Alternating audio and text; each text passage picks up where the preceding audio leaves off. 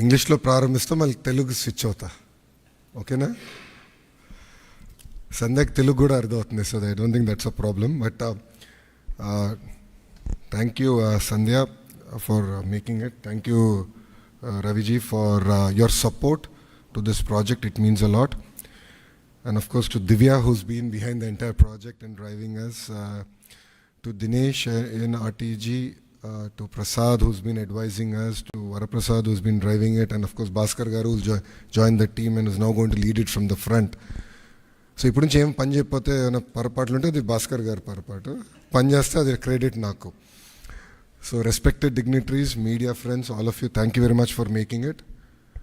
As Bhaskar Garu just stated, we all believe it's a historical moment in governance initiative.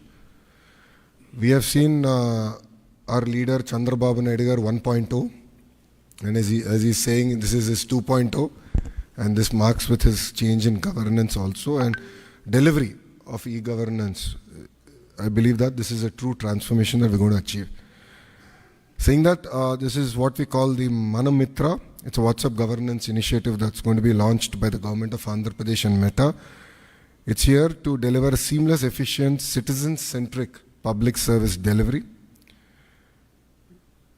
You know, to this initiative, we believe that Andhra Pradesh is again at the forefront of e-governance initiatives.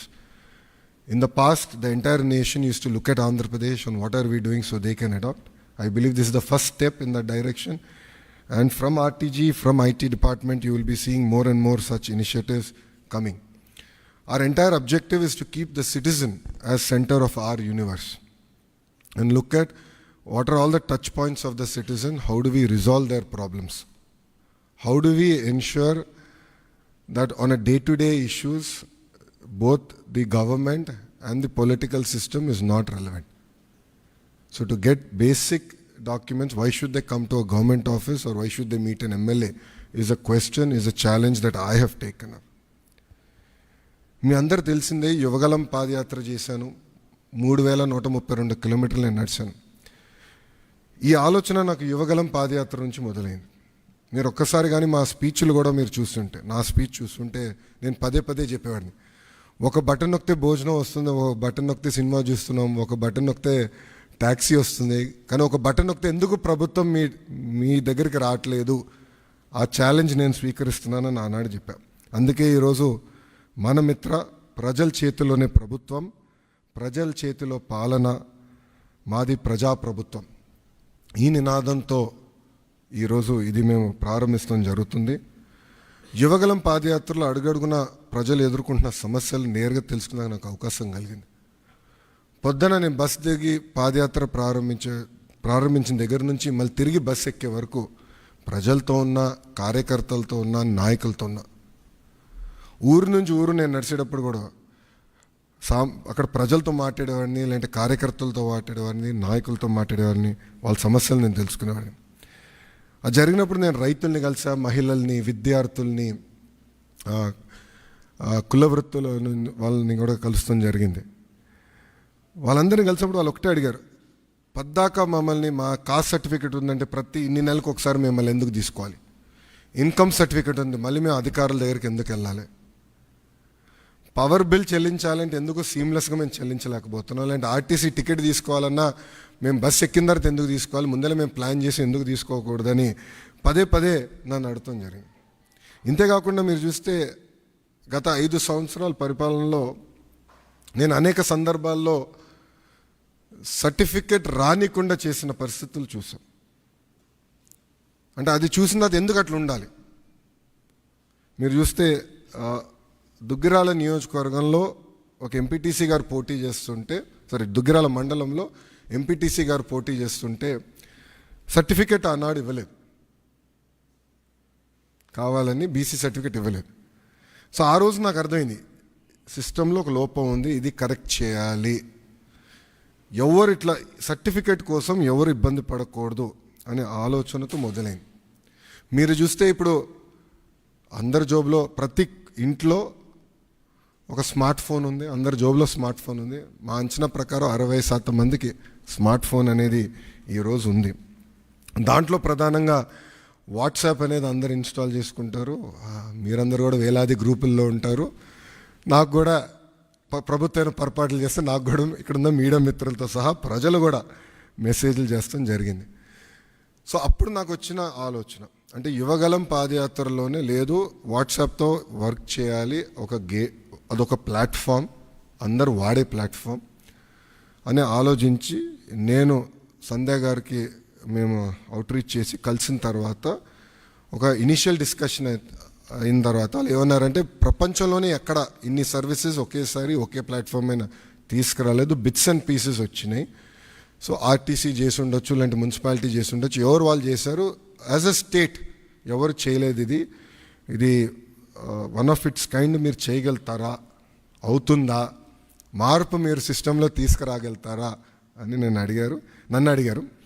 So October 22, 2024లో ఢిల్లీలో MOU ఒప్పందం కుదుర్చుకుంటాం జరిగింది. ఆ రోజు నేను challenge స్వీకరించాను. December నెలాఖరికల్లా launch చేస్తామని మేము చెప్తాం జరిగింది. వాస్తవంగా 1 నెల ఎక్కువ తీసుకున్నాం. సో 3 నెలలు 9 రోజుల తర్వాత అంటే MOU సంతకం పెట్టిన 3 నెలలు 9 రోజుల తర్వాత ఇది లాంచ్ చేస్తాం జరిగింది. ఇది మీరు ఒక్కసారి చూస్తే 36 డిపార్ట్మెంట్లని ఇంటిగ్రేట్ చేయాలి. సో ఇది చాలా చాలా కాంప్లెక్స్ ప్రాజెక్ట్. మొదటి విడతలో 161 సర్వీసెస్ లాంచ్ చేస్తున్నాం. మా టీం చెప్పొద్దన్నారు, బట్ నేను చెప్తున్నాను ఈరోజు, రెండో విడతలో 360 సర్వీసెస్ మేము లాంచ్ చేస్తాము. There is no debate, no discussion, we will launch. So ప్రజలకి ప్రభుత్వం మధ్యన ఇదొక ప్లాట్ఫామ్గా ఏర్పాటు చేసి రియల్ టైం సర్టిఫికేట్స్ వాళ్ళకి డెలివర్ చేసే బాధ్యత మన ప్రభుత్వం తీసుకుంటుంది. దాంట్లో భాగంగా మీరు చూస్తే నేను కూడా మా టీంని పదే అడిగింది, ఇక్కడ సర్టిఫికేట్స్ కూడా మేము ఇష్యూ చేసినప్పుడు దానిపైన స్పెసిఫిక్ QR కోడ్ ఉంటుంది. ఎందుకంటే మీరు ఆథెంటిసిటీ గురించి మీరు అడుగుతారు నాకు తెలుసు, అందుకే ముందలే ప్రియం చేస్తున్నా.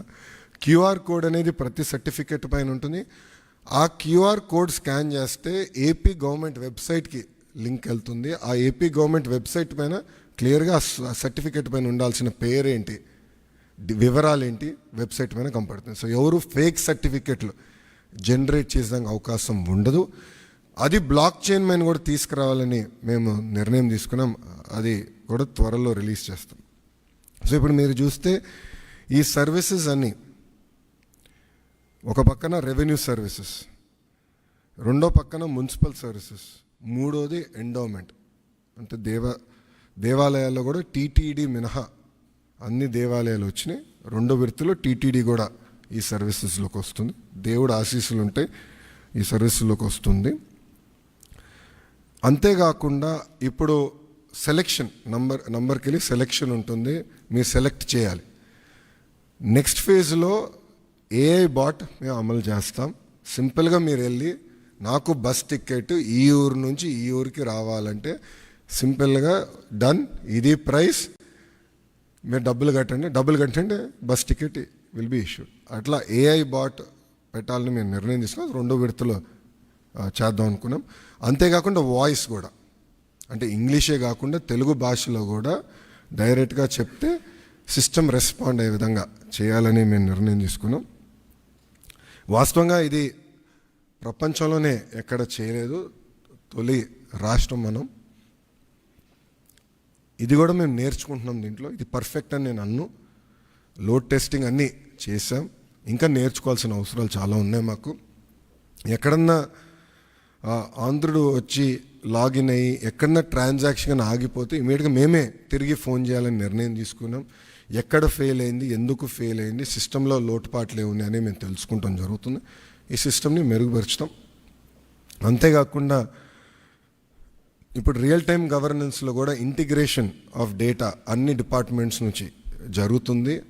అన్ని డిపార్ట్మెంట్స్ డేటా తీసుకొచ్చి ఒక డేటా లేక్ క్రియేట్ చేసి సీమ్లెస్ సర్వీసెస్ ఆంధ్రులకి అందించాలని లక్ష్యంతో మన ప్రభుత్వం పనిచేస్తుంది. సో ఇది బ్రాడ్ ఎజెండా. ఇది గత 3 నెలలుగా టీమ్స్ అహర్నిశలు కష్టపడ్డారు. గత 15 రోజులుగా స్ట్రెస్ టెస్టింగ్ కానివ్వండి అన్నీ చేస్తాం జరుగుతుంది. ఇంకా ఫైన్ ట్యూన్ చేయాలనేది నాకు ఇంకా అర్థమైంది. ఇదొక జర్నీ, ఇది డెస్టినేషన్ కానే కాదు. ఇది ఇంకొక 6 నెలల్లో I believe we can bring out an ideal product. అంటే అన్ని సర్వీసెస్ ఏఐ వాయిస్ కలిపి ఒక 5-6 నెలలు పడుతుంది. ఇది ఫేజ్ 1 కింద లాంచ్ చేస్తాం జరిగింది.